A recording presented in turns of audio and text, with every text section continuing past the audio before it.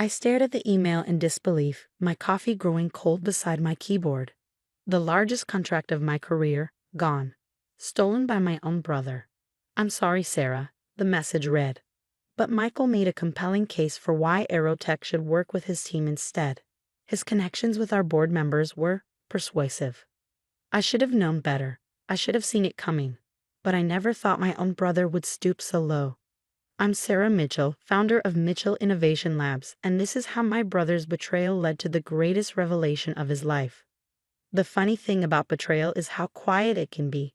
No dramatic music, no warning signs. Just a simple email on a Tuesday morning telling me that the $50 million contract I'd spent 6 months negotiating had suddenly gone to my brother's consulting firm. My phone buzzed. Speaking of the devil. "Hey sis," Michael's voice dripped with fake sympathy. "Heard about Aerotech. Tough break, but you know how business goes. May the best man win." I gripped my phone tighter. "Cut the act, Michael. I know what you did. You went behind my back to their board members." He laughed. "Oh, come on. Don't be such a sore loser. I just played the game better. Besides, everyone knows Mitchell Consulting Group has more resources, better connections. What can your little startup offer compared to that?" Mitchell Consulting Group.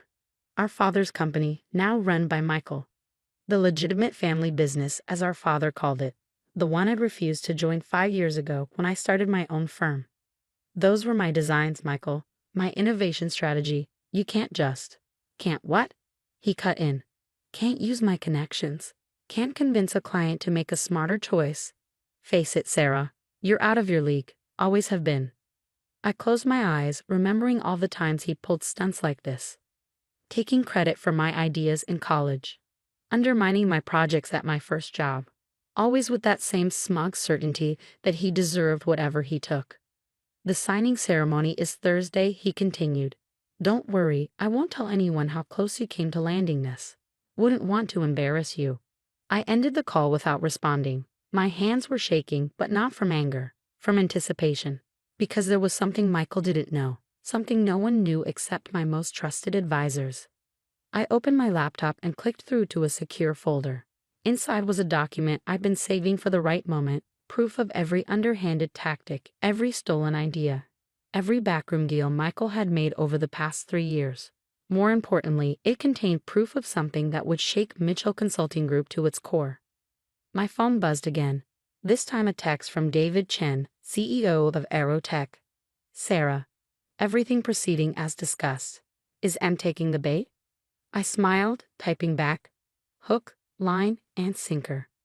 You see, Michael wasn't the only one who could play the long game. For the past year, I've been quietly building something much bigger than a single contract. Something that would change everything. My assistant Lisa knocked on my office door. "The board members are ready for your call." I nodded, straightening my jacket, put them through to the conference room. The large screen lit up, revealing 5 serious faces. The secret board of directors of Nova Holdings, a shell company that had been systematically acquiring shares of Mitchell Consulting Group through various subsidiaries. Ms. Mitchell, the head of the board, nodded. "The final transfers are complete. As of 9 a.m. this morning, Nova Holdings owns 51% of Mitchell Consulting Group." I felt a small smile tug at my lips. "And the paperwork?" "All in order. Your identity as Nova's owner has been carefully concealed. As far as anyone knows, Nova is just another investment firm." I looked at the org chart on my wall, the real one, showing how my little startup was actually the center of a web of companies that now controlled my father's empire. "Excellent. Maintain position until Thursday. I want to be there when my brother signs that contract." "Sarah," one of the board members leaned forward. "Are you sure about this? Once we reveal Nova's ownership." Michael made his choice. I cut in. He chose to steal what he thought was my biggest contract. Now he gets to learn that it wasn't just the contract he should have worried about. After the call ended, I walked to my window, looking out at the Seattle skyline. 5 years ago, when I left Mitchell Consulting Group, my father had sneered that I'd never succeed on my own.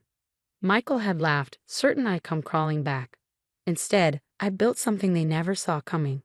While they focused on stealing my contracts and undermining my projects, I was quietly buying up their company through a maze of shell corporations and investment firms.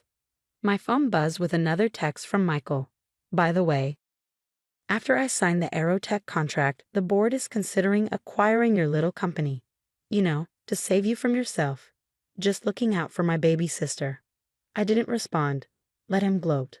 Let him think he'd won. Thursday would come soon enough. Lisa appeared at my door again. Your 2 p.m. is here. The Aerotech implementation team. I nodded. Send them in. And Lisa? Make sure everything is ready for Thursday. I want the signing ceremony to be memorable. The next 2 days passed in a blur of preparation. Michael sent more gloating texts, each one more condescending than the last. Our father called, suggesting I should be graceful about losing the contract and maybe consider coming back to the family business. If they only knew. I kept checking the secure folder on my laptop. Inside was evidence of every questionable deal Michael had made, every corner he'd cut, every regulation he'd skirted. Not enough to cause legal troubles. I didn't want to destroy the company after all, but more than enough to justify a change in leadership once Nova Holdings revealed its ownership. Wednesday night, I sat in my office late, reviewing everything one last time. The contract Michael thought he'd stolen. The ownership documents for Nova Holdings. The board resolutions that would be revealed tomorrow. My phone buzzed one last time. Michael again. Get some sleep, sis. Tomorrow's a big day, for me anyway. I looked at my reflection in the darkened window, thinking of all the times Michael had taken what was mine, certain that his position as our father's heir made him untouchable. Yes, I whispered to my reflection. Tomorrow is definitely going to be a big day. Thursday morning dawned bright and clear. I dressed carefully in my best power suit, not for the photos, but for the memories I wanted to preserve of this day. The signing ceremony was being held in Aerotech's main conference room, a gleaming space with floor-to-ceiling windows overlooking downtown Seattle. By 9 a.m., the room was filled with executives, board members, and media representatives. A historic contract signing, they thought. If only they knew. I arrived early, taking a seat at the back of the room. Michael strutted in 20 minutes later, radiating smugness in his custom Italian suit. He faltered slightly when he saw me but quickly recovered, throwing me a condescending smile. Sarah, didn't expect to see you here. Come to watch how the big leagues operate. Wouldn't miss it for the world, I replied calmly. Our father arrived next, making a beeline for Michael. Son, this is your moment. The biggest contract in company history. Neither of them spared me a glance. Perfect. At exactly 10 a.m., David Chen, CEO of Aerotech, stepped up to the podium. Thank you all for coming. Today marks a historic partnership between Aerotech and Mitchell Consulting Group. But before we sign, there are some corporate governance matters to address. Michael shifted impatiently in his seat. This wasn't part of the planned agenda.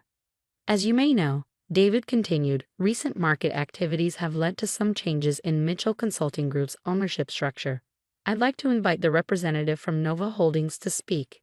The room burst into confused whispers. Michael's head snapped up. What? What changes? I stood up, smoothing my jacket as I walked to the podium. Michael's face went from confused to shocked to pale as I took my place at the microphone. Thank you, David.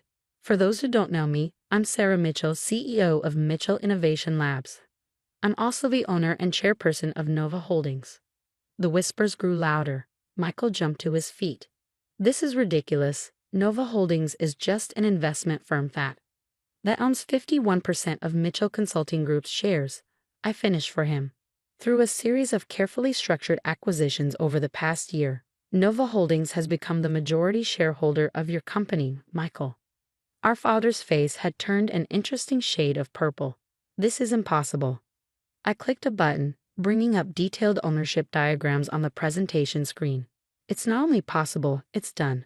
The paperwork was finalized Tuesday morning, which means, I turned to Michael, you don't have the authority to sign this contract. You can't do this, Michael sputtered. The board won't stand for it.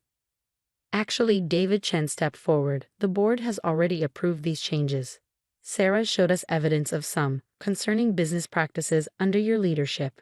I opened my laptop, displaying a folder labeled Michael's Greatest Hits. Backdoor deals, stolen proposals, illegal bid interference. Nothing major enough for criminal charges, but more than enough to justify new management. The room had gone deadly quiet. Everyone was watching a family drama unfold like a high-stakes tennis match. "You planned this?" Michael accused, his voice shaking. "You let me think I'd stolen your contract." "No, Michael, you did steal my contract. You just didn't realize that the contract wasn't the real prize." I smiled. "You were so busy trying to take what was mine that you never noticed me taking everything that was yours." "This is outrageous." Our father stood up. "I'll fight this." "With what evidence?" I asked calmly. "The shares were all purchased legally on the open market. Nova Holdings is a legitimate investment firm. Everything is properly documented and board approved." I paused. "Or would you like me to share the evidence of how you've been handling the company's offshore accounts?" He sat down abruptly. "Now then," I turned back to the audience. "Let's proceed with the real signing ceremony." I nodded to my assistant, who brought forward a new contract. Aerotech will be working with Mitchell Innovation Labs as originally planned. Mitchell Consulting Group will be undergoing some restructuring. "You can't just take my company," Michael shouted. "Our company," I corrected, "and I already have. But don't worry, you can keep your job. Junior analyst seems about right for your actual qualifications." The next hour was a blur of signatures, photographs, and press statements. Michael stormed out halfway through, our father trailing behind him. I didn't care. I was too busy watching my real plan come together. By evening, the news had spread through the business world. Sarah Mitchell, the little sister who'd started her own company rather than join the family business, now controlled one of the largest consulting firms in the country. I sat in my office, my new office in the Mitchell Consulting Group building, looking at the city lights. My phone had been buzzing nonstop with messages from family members, business associates, and reporters. I ignored them all except one. "Congratulations," David Chen's text read. "Your brother never saw it coming." I smiled, remembering Michael's smug face when he thought he'd stolen my contract. He'd been so focused on the small prize that he'd missed the bigger game entirely. My assistant knocked on the door. "Your brother is here. Says he needs to talk to you." I looked at the org chart on my wall. The real one this time, showing both companies under my leadership. "Send him in. And Linda? Have security on standby." Michael slunk in, his earlier arrogance completely deflated. "Sarah, please, we can work something out. I'm your brother."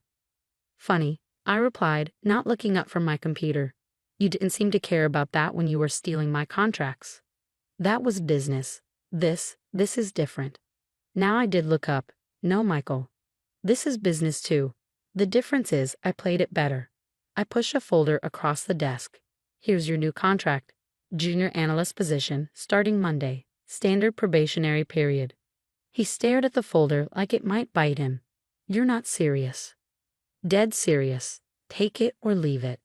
But remember, your other option is trying to find a job after being fired for ethical violations." I smiled.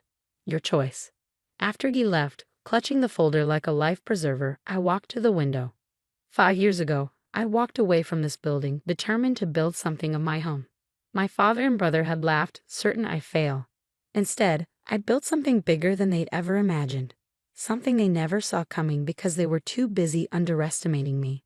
My phone buzzed one last time, a text from Michael. "I hope you're happy. You've destroyed our family." I typed back a single response. "No, Michael. I just showed you what it feels like to have something stolen by family. Sometimes the best revenge isn't just winning, it's making sure they understand exactly why they lost." "I don't understand your complaints," exclaimed James as he got ready for work early in the morning. "Are you suggesting I solve all the problems now? You've been bedridden for a whole year. Please keep in mind that I provide for the family. During this time, you haven't contributed a single penny to the household. I had to take out a loan on the house to pay for your treatment and medication, and now I have nothing left to pay off the debt. Therefore, I don't see any other option but to sell the house." Audrey had been unable to walk for a year after falling on ice and becoming paralyzed. The doctors had given no hopeful prognosis. "Unfortunately, your wife is unlikely to ever walk again," the doctor stated. "We did everything we could, but you must understand that she requires careful care. If you take her home instead of putting her in a special clinic, you will need to hire her a good caregiver." James couldn't believe his ears. Everything the doctor said sounded like a sentence for their family. How could they talk about hiring a caregiver when there was only one breadwinner left in the family? Their children had grown up and were studying at the university. They could not help financially. James never had a high income, and they always lived on two salaries. For the last year, he had been working wherever he could, but there still wasn't enough money. Because of it, he often quarreled not only with his wife but also with his mistress, Laurel, with whom he had been together for many years. Now, James could not juggle two women. If before he always had the opportunity to set apart part of his salary for gifts and leisure for his mistress, now he didn't have a penny left at the end of the month. "And how are you going to deal with the loan?" Laurel asked, sounding dissatisfied. "Do you really think I will wait for you forever and put up with all this? Before, you used to give me gifts and flowers, and now what? I haven't seen a box of chocolates from you for a whole year, not to mention something more serious. This can't go on." They had been dating for 10 years, and during that time James never found a convenient opportunity to talk to his wife. This is how he always explained to Laurel, who was waiting and hoping that he would finally leave his family. Yet James himself wasn't sure if he wanted that. Laurel was far from household chores and family life. She never cared about anyone but herself. When James came to her for the weekend, which she allegedly spent with friends on a hike, at a bathhouse, or fishing, he saw how she lived. His wife, Audrey, was the complete opposite. For 20 years of married life, she got up an hour earlier every day to prepare breakfast for him, made a delicious lunch to take to work, and made sure he always had clean shirts and socks. Audrey was the perfect wife, and Laurel was a woman with whom it was always pleasant to spend time. Even when their grown-up sons left for the capital to study and no longer bound the spouses, James was not ready to give up the life he had become accustomed to.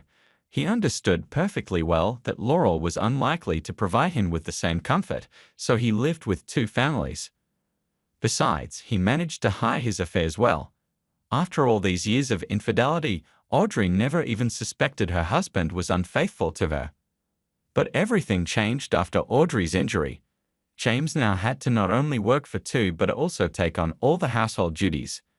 The caregiver he had hired for his wife only served her and asked for an extra fee for everything else. "When I hired you, you said you could cook meals, right?" asked James. "No problem, of course I can, but only for an extra fee," answered the heavy, tall woman. However, James couldn't afford to pay more. Laurel quickly grew bored with the whole situation. She wasn't so jealous that James often stayed at home on weekends, but rather of the lack of any incentive to continue the relationship. She was no longer so young, but at 35 years old. She looked quite attractive and could find a more worthy man than James. Before Audrey became ill, James was neither rich nor particularly promising. Laurel met him on her property, but he regularly gave gifts and paid her bills. When they spent time together, they always had something to talk about. At a certain point, Laurel began to think more and more often that he suited her and she could marry him, but she was not going to be a typical wife under any circumstances. Even since college, she had been contemptuous of young guys who waited for marriage like manna from heaven to get full service from their wives. "And what kind of mothers have only brought you up?" she used to say to her classmates. "Look for some simpletons who want to serve you. You demand to pay for the apartment in half and that the woman pay for herself, because we have equal rights. And as soon as there is a question of who will stand at the stove or clean the house, the woman should do everything.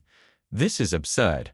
Laurel's classmates agreed with her as she always had authority in the group and was the soul of the company. However, a significant number of young people preferred to avoid her and her friends.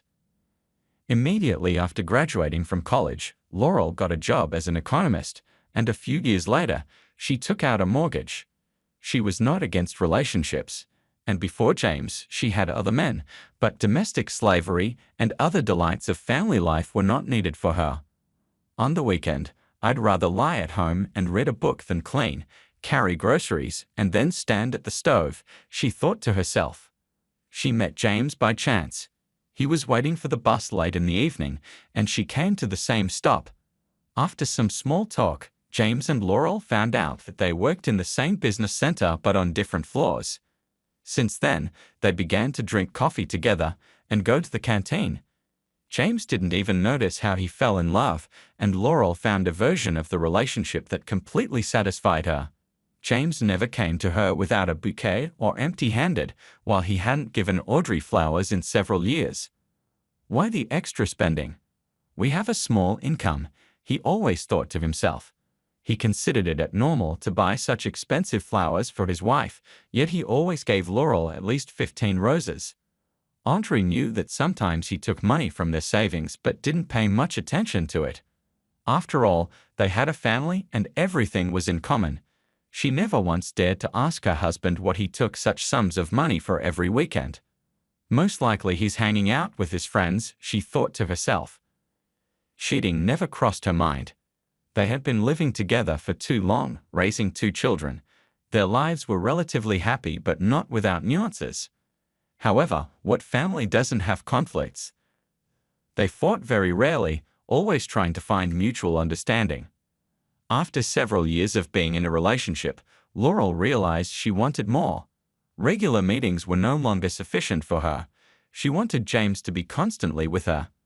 When she first talked to him about divorcing his wife, he reacted very categorically. "Baby, why all these formalities? We have children, and they have always considered our family perfect. Do you want them to suffer?" he asked, obviously appealing to pity. Of course, Laurel did not want to destroy the family, and she didn't want James and Audrey's sons to experience pain. They always considered their father and mother an exemplary couple. The divorce of their parents would be a real blow to them. However, after moving to the capital to study, Edward and Roger already felt less attached to their parents. They had their own friends and interests. Therefore, when their father told them what had happened to their mother, they didn't even bother to come. "This is all terrible, of course, but please understand us too." Roger spoke to James as an adult and conscious person. "We have exams now. We physically cannot drop everything and come. If we are expelled, we can only be reinstated in the paid department, and we have no money. You understand this perfectly. We have worked so hard to get here. As soon as we can, we will definitely come." However, during the first 6 months, Edward and Roger only visited their parents once. After spending a few days with their paralyzed mother and exhausted father, they began to pack up and leave. "Are you leaving so soon?" James asked in surprise when he saw his sons packing their suitcases in their room. "Well, yes, Dad. It's summer," Edward replied. "Life doesn't stand still. Do you know how many jobs and vacancies are available in the city right now? We'll earn a good amount over the summer. Maybe we'll be able to find a part-time job that we can combine with our studies so we can move from the dorm to an apartment." "So you were just going to leave your parents like that? I thought you would help me." James was taken aback by his son's decision. He expected more sympathy and compassion from them and hoped they would take a more active role in the family's life. But his hopes were in vain. "Dad, don't be angry with us. We understand that you and Mum have problems, and we feel sorry for her. But will it make her feel better if we get expelled and have to come back to this hole? We will be left without education, without work, without a future." Audrey fully supported her boys and was sincerely grateful to them for coming to visit her. But James was very dissatisfied. "Just look at who we raised. They grew up as egotists, thinking only of themselves. Their mother is sick, and their father is struggling to make ends meet. They came to visit for only a few days and then went back to their lives in the capital. Good sons would return home to help their parents. Maybe you'll calm down?" Audrey asked sharply. For the first time since she was bedridden, Audrey allowed herself to raise her voice at her husband. Before that, she had tried to behave calmly because she felt a strong sense of guilt for her helplessness and inability to work. But the way he spoke about their sons injured her deeply. "What did I say that was so bad?" James protested. "And by the way, where is your mother? She lives 2 stops away from us and hasn't visited once in all this time. She could have moved here and taken care of cooking, washing, and cleaning. I would save money on your so-called nursing, and I would get a break from all this household fuss, which I haven't left for over a year. Or do you think I don't need to rest?" Such scandals had become commonplace in their family. James's criticism of Audrey's mother hurt her deeply. Mrs. Marshall was already an elderly woman, and due to her extra weight and other illnesses, she could hardly take care of herself. She needed help, not to be exploited as a caregiver. On the contrary, Mrs. Dossett, James's mother, was still in the prime of her life and had no health problems despite being the same age as Mrs. Marshall. She worked and lived for her own pleasure and did not believe it was necessary to help her son's family. When James asked her to come and help with the household, Mrs. Dossett chirped on the phone. "James, I understand everything, but what do you want from me? You're already a grown man with 2 big healthy sons of your own, and you want your mother to come and clean your floors. Come on, don't you find that funny yourself?" She had little interest in her sick daughter-in-law. Since Audrey's fall on the ice, she had come to see them only 4 times. She drank tea, nodded sympathetically, but there had never been any real and concrete help from her. Even when James asked his mother for money to pay off his loan, she jokingly but categorically refused him. "Mom, please understand me too," James complained. "I work until I can barely see the light of day. The doctors haven't given any positive prognosis about Audrey's health. Most likely, she will never be able to walk again, but we still have to pay the loan. I can barely support my family. I know you have decent savings after Dad's death. Please help at least to close this issue." "Son, what are you even talking about?" his mother replied. "What savings?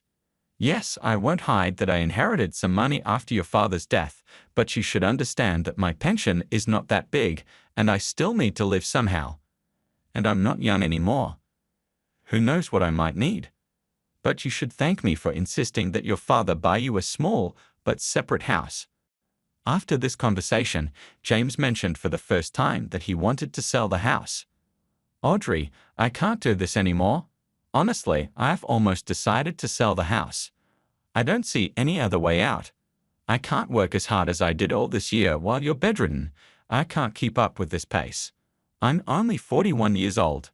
I'm not planning to die," James said harshly. Audrey was shocked by what he was saying. She was at a loss and didn't know what to say at first. She had always thought that her husband was her support and anchor, but now he seemed like a stranger who was only interested in money. "What about me?" she asked, bewildered. "Where will I go to live?" "You'll go to your mother's. I don't see any problem with that. She has a comfortable house too. The 2 of you will fit in just fine, and I'll go to my mother's. I'll come to help you and give you money, but I can't live like this anymore. After all, the house was bought with my parents' money long before you appeared in my life. Therefore, I have the right to decide how to dispose of it. I don't even have to consult you. My mother is a sick person. I will be a burden to her. You have the right to live here for as long as I allow you. If you haven't understood that, then I'm sorry," James said coldly. "It's not my fault that you're clumsy and don't watch where you're stepping." James shouted angrily. "If you were more careful, you wouldn't have fallen and received such serious injuries. Anyway, I've said it all. I'm still going to sell the house. If you don't live on your own, I'll sell it with you in it. By law, you have no rights to it. The new tenants who buy the house will kick you out." After these words, James slammed the door loudly and went to work. He didn't come back home to spend the night, leaving Audrey all alone. "Father, what's going on over there?" Edward exclaimed over the phone the next morning. "Have you decided to leave our sick mother to the mercy of fate? I don't understand how you could do that. You've been living together for so many years. Why is Mum calling me in tears, saying that you're kicking her out of the house? What gives him the right to teach me about life all of a sudden?" James thought angrily to himself. "Son, you and your brother are living peacefully in your capital. Then mind your own business," James answered harshly. "You have no right to dictate to me how to behave, given that you know nothing about our problems. Your mother has nothing to do with this house. My parents paid for it in full long before I even knew your mother." James slammed the phone down and punched the nightstand loudly. "Can you imagine? My son called me to teach me about life. Such outrageous impudence." James continued to rant, looking at Laurel, who had just opened her eyes. "Why couldn't they have called a couple of hours later?" the woman protested. "What audacity to call so early on a day off!" James fully shared her indignation. He hugged Laurel tightly and closed his eyes. "Listen, let's go somewhere far away from here," Laurel suddenly suggested. "I'm tired of this grayness and dampness. Let's go to a warm resort town. We'll rent an apartment there, rent out mine, and live quietly." "Great idea," James agreed. "The only question is, what will we live on there?" "Oh, come on. Do you think there's no work there? Everything is the same as here. We'll definitely find something, and we'll have enough money for the first while. You'll sell the house, and some of that money will go to pay off debts. There will be something left, and we'll live on that money for the first while, and then we'll figure it out." James liked Laurel's idea. He too had been thinking that after selling the house, it would be nice to go somewhere far away from this city so as not to listen to his mother-in-law's and wife's reproaches. Most likely, Audrey had already called her mother and complained. James was right. When he arrived home, Mrs. Marshall was already sitting at the kitchen table, looking at him with anger. "How dare you go somewhere at night and leave my girl alone?" Mrs. Marshall said in an outraged tone. "Do you even realize that she's handicapped? A person who is unable to act? Anything could have happened to her. You have no shame, no conscience. You're an egoist, James." "If I'm such an egoist, then take your daughter and leave my house." James tried to talk to her calmly but still burst out in anger. "I don't remember you calling me an egoist when your daughter married me and moved into the house my parents bought. Everything was fine then, but now, when I ask for just basic support and help, because I can't cope with the life circumstances I find myself in, suddenly I'm a selfish person." "Excellent position, Mrs. Marshall. Just braver." Mrs. Marshall shouted back, "You've been lazy your whole life. Tell your lies to someone else, and don't you dare talk to me in a raised tone. I can shout so loud that you'll go deaf. You've lived your whole life without thinking about anything, thanks only to my Audrey. She did everything, cooked, cleaned, took care of the kids, and managed the whole house. You didn't lift a finger your whole life. You just went to work, and on weekends, you were always out with your friends or maybe even worse. Well, she's my wife after all. Who's obligated to clean and cook, me?" James replied. "Of course, maybe for those men who provide for their whole family, wives have some obligations, but not for you. You've earned peanuts your whole life. Now you even have to sell your house just to pay off your debts."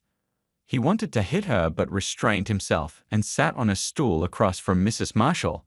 James tried to speak calmly, but it was difficult because of the boiling anger inside him. "I just said that I would do it. Why did everyone react so aggressively? Don't I have the right to dispose of my property independently? I would like to point out that in normal families, both the husband and wife work, and for the past year, I'm the only one working. I understand that situations in life can be different, and we had something like this happen to us, and no one is to blame for it.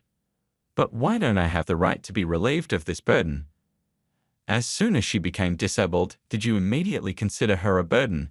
What if something like that happened to you? Audrey would never leave you. I'm sure of that. And what about you? Shame on you. Okay, sell your shack, and I'll take my daughter from here tomorrow. I just need someone to help with transportation." "No problem. I can help," James said calmly, glad that the situation was finally resolving in his favor. The next day, James helped Audrey pack her things and took her to Mrs. Marshall's house. "Mom, how could he do this to me?" Tearful Audrey asked in confusion. "I thought until the very end that he wouldn't kick me out. How could he treat me like this?" "Darling, don't cry, please," Mrs. Marshall comforted her daughter. "You can't afford to be nervous. You have to think about your health. Let him do what he wants. What difference does it make to us? He doesn't want to take care of you, help, or support you. I promise he'll live just fine without you. Let him go in every direction." "Mum, I won't divorce him," Audrey said firmly. "I don't want us to split up completely. He'll come to his senses, come back, and ask for forgiveness." "I'm sure of it," Audrey said, her voice trembling. "Well, he didn't ask you for a divorce, did he?" "But if I were you, I would divorce him," Mrs. Marshall replied harshly. "What's the point of having such a husband? Just look at how he behaves and what he allows himself to do. Are you sure he doesn't have an affair with someone on the side?" "Mom, what are you saying? You're making up nonsense. I don't even want to hear about it. James has always been faithful to me. It's just really hard for him now. We live together and seem to live well, but now I'm disabled.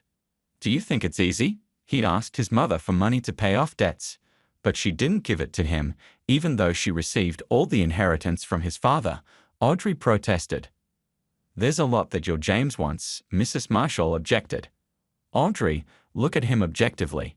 He's a 41-year-old man with no car, no house, and no stable job. He's always been like that. You just don't see the reality because of your love. Your feelings have clouded your vision your whole life. When something bad like your accident happened, everything fell into place right away. Audrey was so emotionally drained that she couldn't think about anything but her relationship with James. Would he really leave her after so many years together? Would he really abandon her to the mercy of fate? She wanted to believe that despite selling the house, he would regularly come to her and take care of her as he had done for the whole year before. She hoped that everything he had said was said in the heat of the moment. But with each passing day, it became increasingly clear that James had no intention of supporting his wife. In several months, he had not come to see her or even called. One day, she called him herself. "What are you calling for? What do you want from me?" James shouted into the phone. "Isn't it clear that if I haven't called you or visited you in all this time, I don't want to talk to you now? Is that so hard to understand?" "I just wanted to know how you were doing," Audrey replied through tears, "and to ask why you don't come or call me. I thought." But he didn't let her finish. James really didn't want to explain himself to her. He had already found a buyer for the house and was only thinking about how to leave this town as soon as possible. Regretting what he had said, he apologized to Audrey and once again blamed his tiredness. "Sorry, I didn't mean to say that. I didn't mean to hurt you in any way. Just please understand me correctly. Over the past year, I have been exhausted. I'm not going to leave you or divorce you. We've lived together for so many years, it's not necessary. I just want to rest and be alone," James said before hanging up.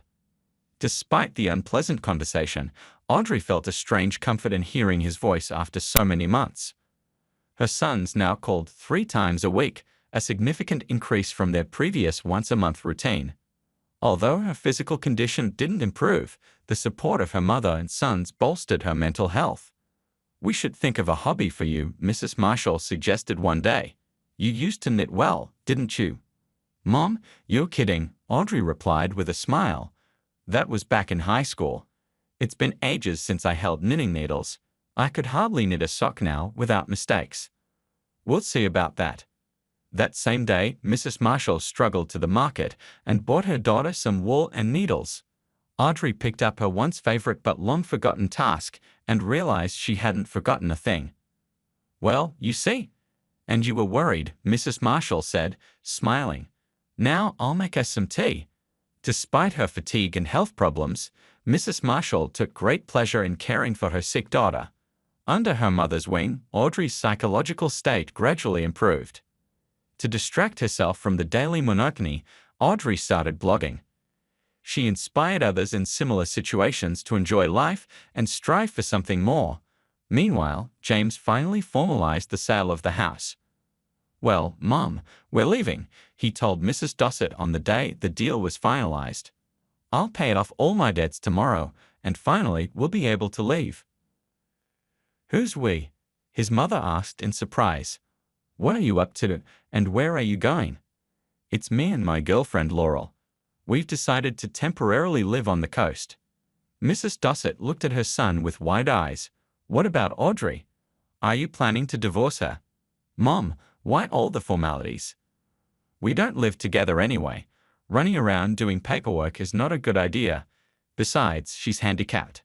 I could be forced to pay alimony, so divorce and litigation are not in my plans." "How long will you be gone, son?" "I don't know yet, Mom.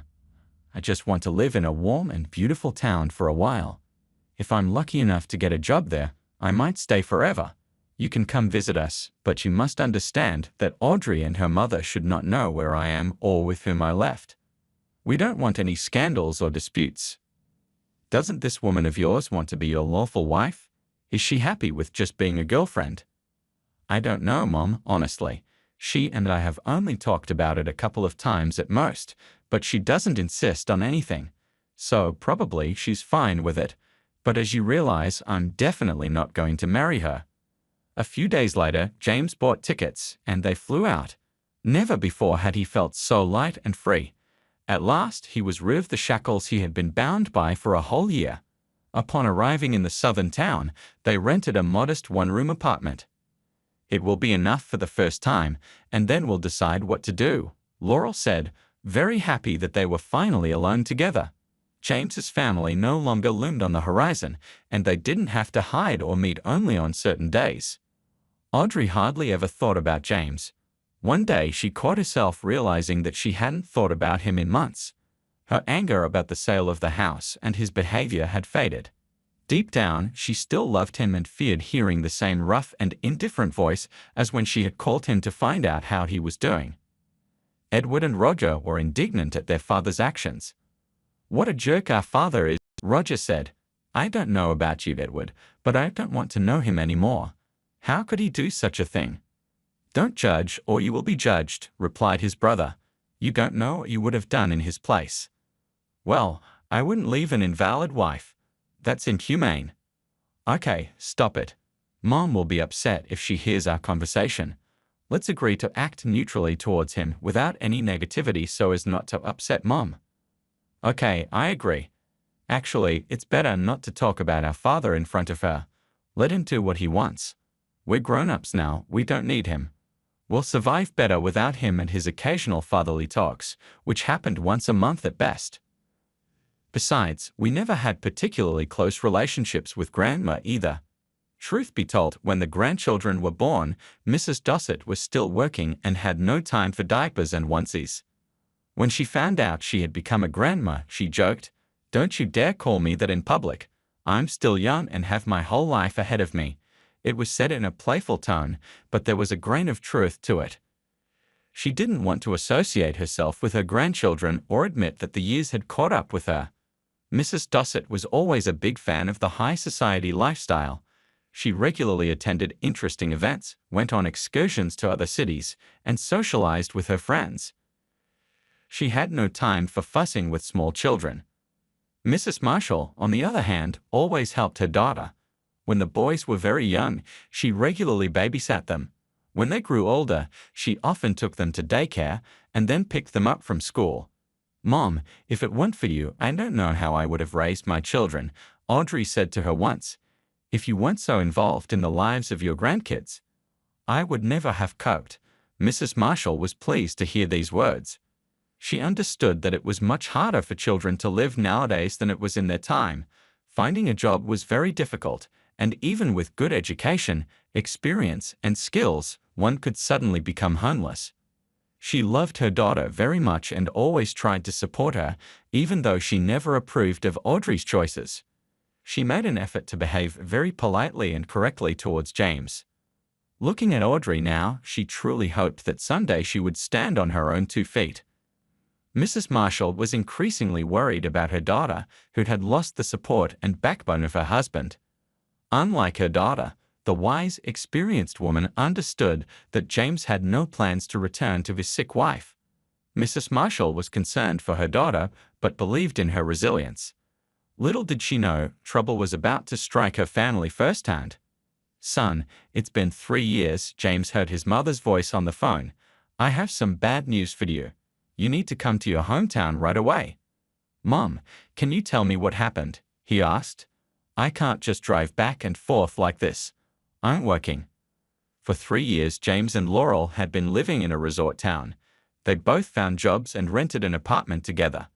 Since the move, James had never once returned to his hometown, but he kept in regular touch with his mother. She had always been the closest person to him, and no circumstances or distance could hinder their communication. At first, Mrs. Dossett tried to tell him about his wife's condition during their conversations, but at a certain point, James forbade her from doing so.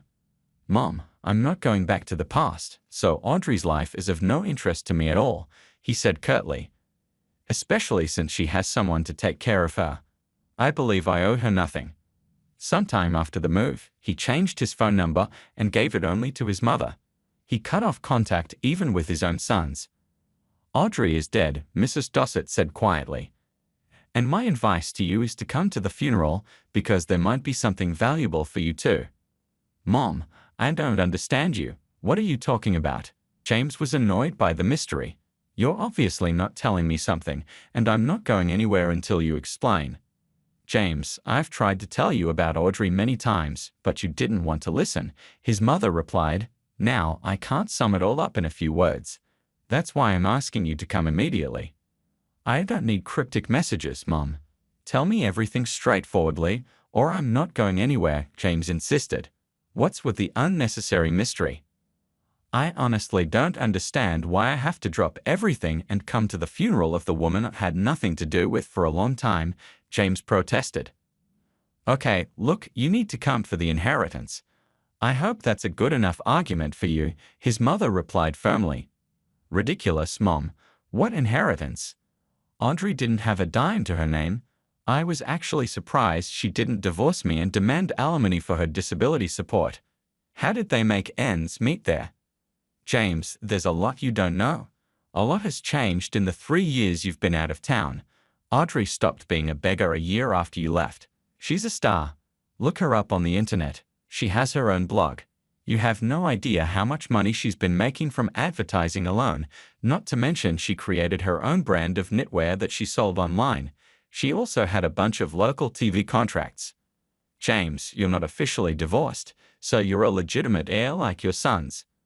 After hanging up the phone, James immediately surfed the internet and was shocked by what he saw. He didn't use social networks in his daily life and rarely spent time on the computer except for work. Sometimes he had to sit at his laptop for 14 hours, which exhausted him a lot. He found Audrey's blog and couldn't believe his eyes. She not only posted regular posts and pictures, but also made videos. Here she was trying to get out of bed on her own. Here she was putting on makeup and picking out clothes with the help of her mother. Here she was eating, drinking, and walking. This blog was her whole life. It turned out that when Audrey moved in with her mum and left without the support of her husband, she decided to create a blog. It helped her cope with the stress. Over time, Audrey found like-minded people. Initially, those who found themselves in similar situations for different reasons subscribed to her blog. But after some time, among her subscribers, there were also physically healthy people who admired her because she didn't give up despite serious trauma and was able to live on. Gradually, the blog turned into a business, and things were going so well that Audrey could hardly believe she had lived in extremely cramped conditions not so long ago. A year later, money was no longer a serious problem for Audrey. She launched her own courses, created a brand of knitted clothes, and sold handmade items on individual orders. However, a devastating blow came from an unexpected place. After another examination and tests, Audrey received a terrible and disappointing diagnosis. She had cancer. At first, Audrey couldn't believe her ears. She was sure that after enduring such a harsh winter and its consequences, fate would be favorable to her. But everything turned out to be precisely the opposite. Despite the doctors fighting for her life for months, the disease progressed rapidly. She was fading away before her own eyes, and Mrs. Marshall could do nothing about it. On the last day of her life, not only her mother and sons were by Audrey's side, but also a crowd of followers, people who had been touched by her openness in sharing the details of her illness. Through the window, she could hear their cries of support, and thanks to her mother, she even managed to look out into the street and waved to them. And in the evening, she passed away. Mrs. Marshall's heart edged with pain. When she got home, she collapsed on her bed and sobbed uncontrollably. Why is she gone? Her life was just beginning to get better. It's so unfair, she thought to herself. Mrs. Marshall tried to call James, with whom she hadn't spoken in 3 years, but found out his phone number had changed. She then called Mrs. Dossett and shared the sad news. I already know, Mrs. Dossett said calmly. Your daughter was a local celebrity. It seems like the whole town knows. Well, not everyone, but the most devoted Audrey people are already aware, Mrs. Marshall said, barely holding back tears. Please let James know as well. He's still her legal husband. It wouldn't be right to not invite him to the funeral. Of course, I'll let him know, Mrs. Dossett said before hanging up and dialing her son. As soon as she finished talking to Mrs. Marshall, Mrs. Dossett called her son. James pondered to himself, I wonder why she didn't think of this before. Then I wouldn't have had to live impoverished for so many years. It turns out that being disabled is more profitable than being healthy. Look at how much money you can make, flashed in his head. When Laurel heard the news, she was also surprised. But being pragmatic and cynical, she immediately began to coax her husband into not missing his chance. James, you need to behave yourself and not mess up your chance to inherit some money. Make a mournful face, she said to her lover while packing his things for the road. I will, but I can't imagine how I'll face Mrs. Marshall and my sons. I've been out of their lives for 3 years. I didn't help Audrey, and to be honest, I changed my phone number so they wouldn't call me, James said. It's just a little thing. Pretend that you've been working on your own goals all this time. You can even say that you've been living in a monastery all this time. If you behave properly, they'll believe you, no doubt about it, Laurel said, waving her hands. James boarded the airplane with a heavy heart. It had been a while since he had felt such emotions, but it wasn't regret or nostalgia. Instead, he found himself feeling a sense of incomprehension.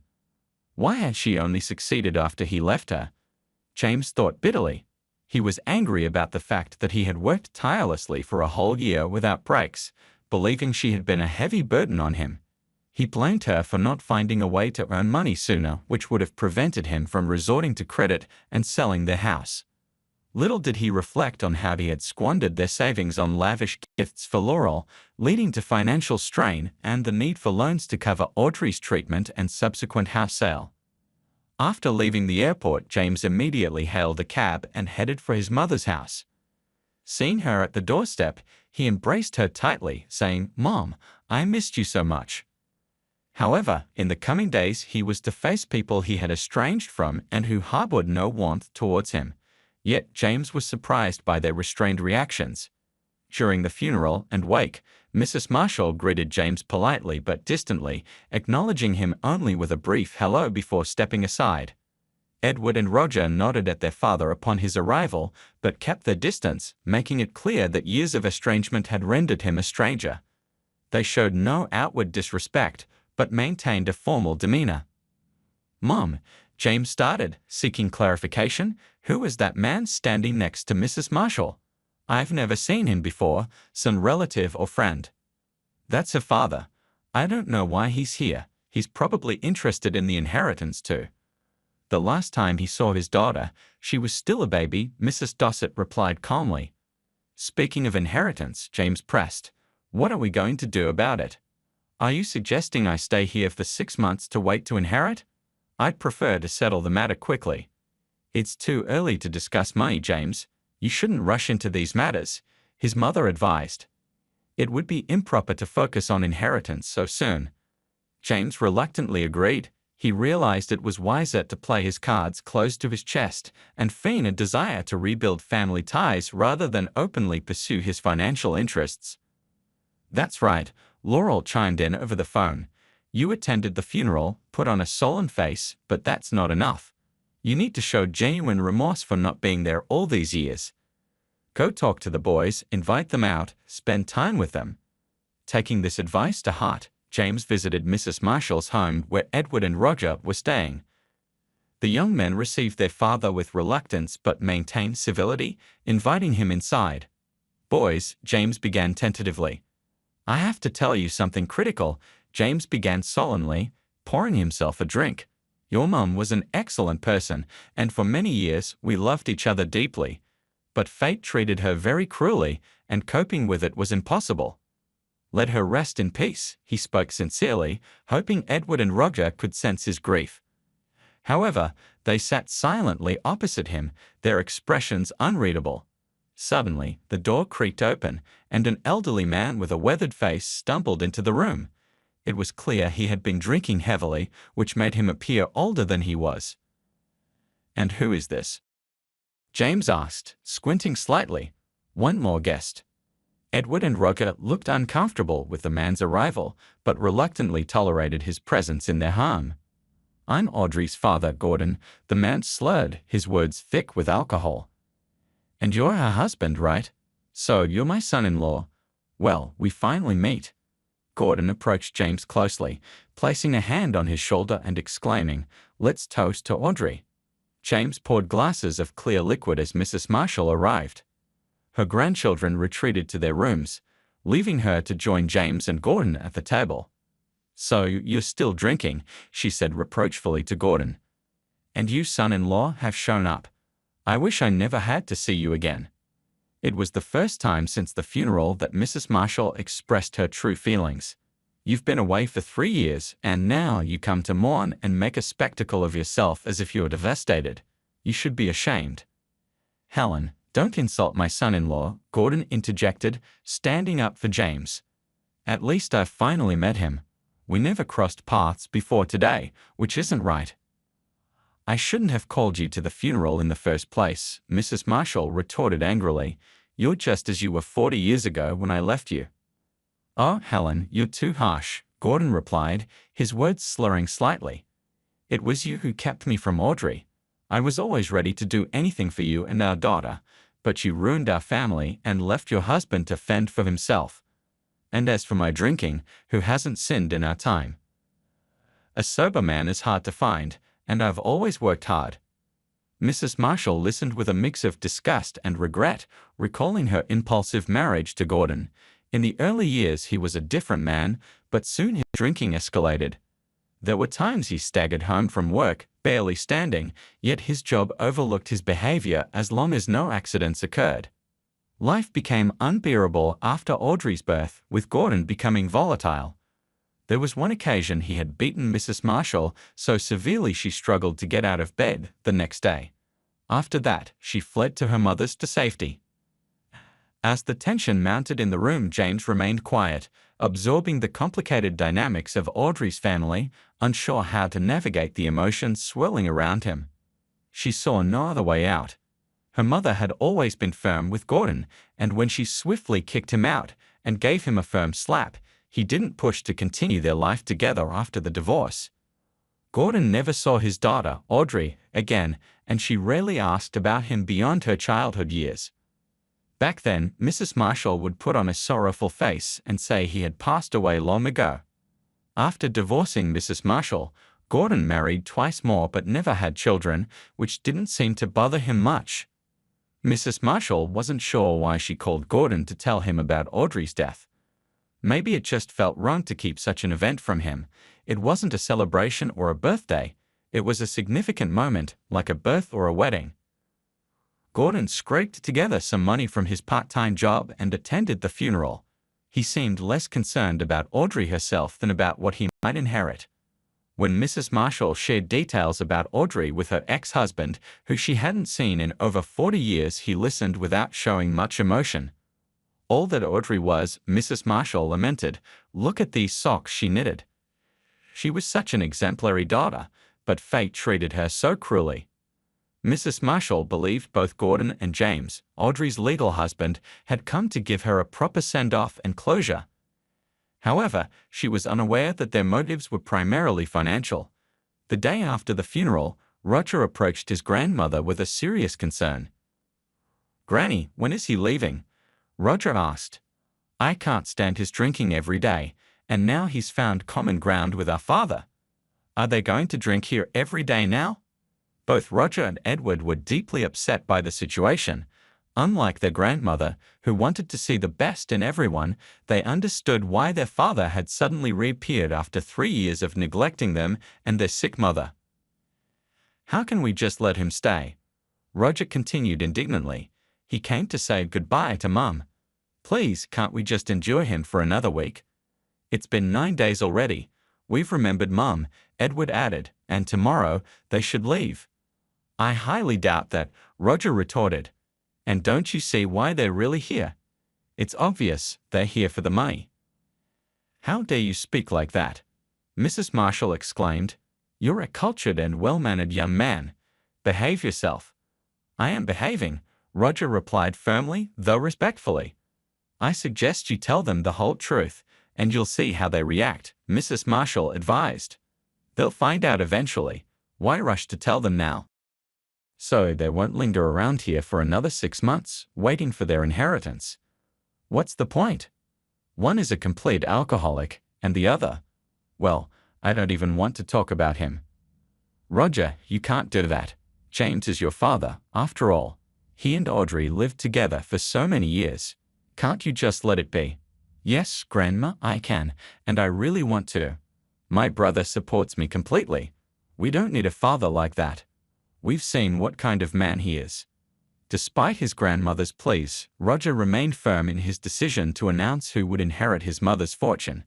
Edward fully supported him in this stance. Roger's announcement came as a complete shock to both James and Gordon the next day. He declared his intention to settle the inheritance question once and for all, prompting those who were only there for money to leave and never return. It turned out that Audrey's blog and all her assets were legally transferred to her sons, and technically she had left nothing else behind. What a disappointment, James thought to himself as he listened to his son's impassioned speech. Unlike James, Mrs. Marshall wasn't concerned about inheritance. She was confident that her old house would suffice for the rest of her life, and she knew her grandchildren would never abandon or harm her. James wasn't the only one outraged. Audrey's father also voiced his dismay. "What the hell is this?" he exclaimed, his eyes bulging. "Won't I get a penny from my own daughter? From my own blood? How can this be?" Gordon, deeply inebriated, began lamenting his plight, complaining about rising utility costs and his meager pension. Mrs. Marshall realized that Gordon's destitution wasn't due to high prices, but rather his excessive drinking. "Helen, let's live together for old time's sake," Gordon slurred, barely able to stand. Mrs. Marshall's response was a bitter laugh, more hysterical than amused. The next day she escorted Gordon out of her house, bought him a train ticket, and sent him on his way. "There's nothing more to be done now, James," Mrs. Dossett sighed, waving her hands in resignation once the truth came to light. "You see how it is. Audrey evidently foresaw that you might come to inherit and took measures to protect her sons from that." "Mum, I haven't told you the most important thing," James interjected. "After the wake, my beloved sons approached me. They said Audrey had asked them to reimburse me for the money I spent caring for her and paying off the loan. They said I had reproached her with that money, and she owed me nothing now. I was just stunned." When James heard the news, he couldn't help but feel bitter. "So what, son? If I were you, I'd say thank you. Any penny now is not superfluous. Don't spend that money recklessly, you'll figure out how to use it," his mother advised, trying to inject some practicality into his disappointment. Flying home with a heavy heart, James mulled over what Laurel, who had expected a substantial inheritance, would say to him. "Worthless children. They didn't even share it with their father," James fumed. "They tossed me this paltry handout like it meant nothing, no conscience at all. Audrey should have given me all the money I spent while living with her. That would have been fair. I worked hard my entire life, invested in my family, and instead of an inheritance, I get scraps," he continued, seething with frustration. Laurel was equally displeased with the outcome. She had envisioned James inheriting at least half of Audrey's substantial savings amassed over 3 years of stable earnings. Instead, he returned with mere pennies. It was then that she began to realize she was losing interest in him and reconsidered tying her fate to his. A month later, she calmly informed James of her decision to leave him and return to her hometown. Surprisingly, he accepted it without protest or resentment. He too had grown weary of life with Laurel, increasingly reminiscing about his time with Audrey, where life was peaceful, dinners were hearty, and the home was spotless. If only it weren't for that tragedy, things could have been different, James reflected, convinced that Audrey's trauma had shattered their almost perfect family life. Blind to his own faults and unwilling to admit mistakes, James remained stubborn and unyielding despite clear evidence to the contrary throughout his life. 3 years later, Edward and Roger completed their master's studies and settled in the capital, each forging their own path with respectable jobs. Despite their separate lives, they remained close and supportive of each other. Edward suggested bringing their aging grandmother to live with them, fearing she might need assistance soon. However, Mrs. Marshall adamantly refused. She found solace in visiting Audrey's grave regularly in their hometown, a practice she couldn't give up. Financially secure with the money her grandson sent regularly, she lived comfortably. After parting ways with Laurel, James had little choice but to return to his mother's house in his hometown. Unwilling to seek new employment, he lived off what he considered an unfairly small sum received as compensation for caring for his ill wife. Meanwhile, Laurel settled back into her apartment, finding a new job and ensuring she and James never crossed paths again. Edward and Roger, however, harbored no forgiveness for their father, whom they viewed as the true betrayer who had caused their mother's downfall. They maintained regular visits to their mother's grave and kept in touch with their grandmother, but never visited their father. James eventually stopped dwelling on memories of Audrey but never forgave his sons for not sharing their mother's inheritance with him. He firmly believed he was entitled to that money, oblivious to the ways he had wronged his wife, who by a cruel twist of fate remained incapacitated. But James never got the chance to understand this truth.